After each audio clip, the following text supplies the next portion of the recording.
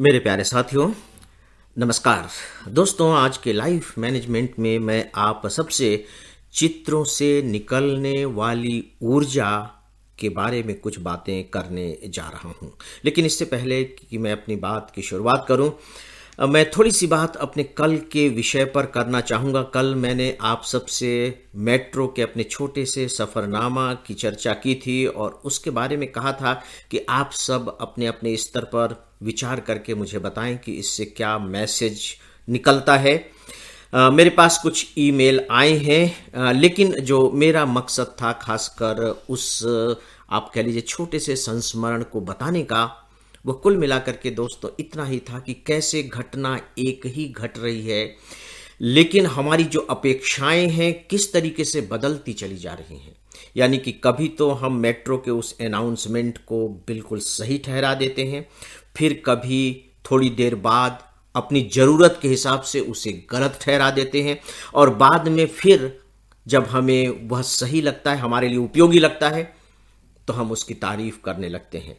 घटना एक ही घटित हो रही है, लेकिन हम उसे कहीं कभी सही ठहरा रहे हैं, कभी गलत ठहरा रहे हैं, कभी फिर सही ठहरा रहे हैं और आगे जाकर के फिर गलत ठहराएंगे। आपको ध्यान होगा कि कुछ समय पहले मैंने आप सबसे बात की थी कि हमारे पास अपनी अपनी कसौटियां होती हैं और उस कसौटियों का आधार होता है हमारा अपना हित, हमारी अपनी ज़रूरतें, हमारे अपने स्वार्थ। उसके आधार पर हम किसी को भी सही और गलत ठहरा देते हैं। दोस्तों, बस उसी का एक छोटा सा उदाहरण मैंने आपके सामने रखा था। आइए अब चित्रों पर बात करते हैं। दरअसल मेरे सिस्टर इन लॉ का बेटा जो अमेरिका में पढ़ता है, अभी हमारे पास आया हुआ है भोपाल में। तो मैंने एक दिन उसकी जो स्टडी टेबल है उसे देखा, और उसके स्टडी टेबल को देखने के बाद मैं चौंक गया। चौंक का क्या गया, सच पूछे तो मैं रोमांचित हो गया, रोमांच से भर उठा। मैंने देखा कि उसके टेबल पर कुछ नोटबुक्स रखी हुई हैं, जिसे आप कॉपी कह लीजिए।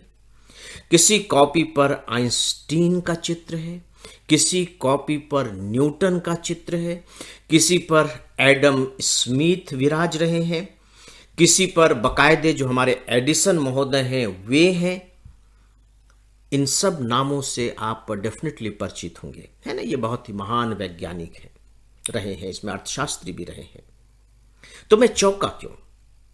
इसी समय जैसे ही मैंने उन चित्रों को देखा, मुझे अपने बचपन के दिनों की याद आ गई। दोस्तों, ये बात है लगभग 1970 के आसपास की। हम लोग भी कॉपियां खरीदते थे, लिखने के लिए कॉपियां खरीदते थे।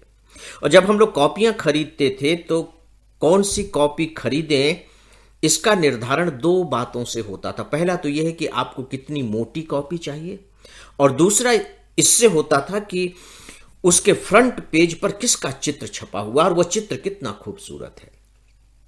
तो हम लोगों के समय में जो कॉपी पर चित्र छपा करते थे, जो मुझे याद आ रहा है, किसी पर हमारे एक्टर जितेंद्र साहब होते थे, किसी पर बबीता जी होती थी, किसी पर हेमा मालिनी हुआ करती थी, किसी पर धर्मेंद्र जी मौजूद होते थे।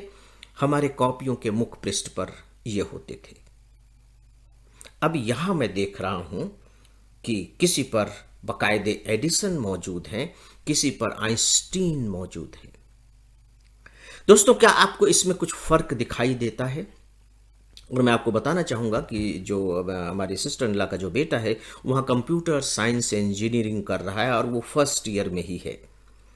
अब आप देखें कि हमारे पास दो श्रेणियां हैं, चित्रों के बिल्कुल दो अलग अलग समूह हैं, लेकिन इन दोनों अलग अलग समूहों से जो ऊर्जा निकल रही है, और ऊर्जा निकल करके जो हमारे दिल और दिमाग में प्रवेश कर रही है, वो बिल्कुल अलग है।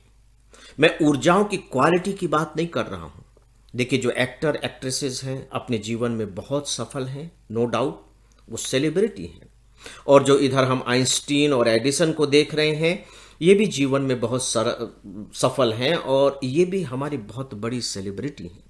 लेकिन होता क्या है? होता यह है कि जब हम किसी भी चित्र को देखते हैं, तो उन चित्रों को देखने के बाद हम चाहें या न चाहें, हमारा दिमाग उनके बारे में जरूर सोचेगा कि ये चित्र है किसके, और जब हम ये देख जानते हैं कि ये चित्र इनके हैं तो उनके जीवन के बारे में भी कुछ ना कुछ जानना चाहते हैं, कुछ ना कुछ समझना चाहते हैं। और चलिए, अगर हम ये सब नहीं भी करते हैं तो कम से कम हम ये तो मान ही लेते हैं कि भाई ये सब बहुत बड़े लोग हैं, तभी तो इनका चित्र इस पर छपा हुआ है। अच्छा, तो इनका चित्र इस पर छपा हुआ है, काश कि मेरा भी चित्र इस पर छपे, तो ये मेरे लिए आदर्श बन जाते हैं, मेरे जीवन के मॉडल बन जाते हैं। दोस्तों, मैंने वो चित्र देखने के बाद मुझे लगा, मैंने ऐसा महसूस किया कि काश हम लोगों के समय में भी हम लोगों की कॉपियों पर इसी तरह के चित्र छप रहे होते। चलिए, वो समय तो चला गया।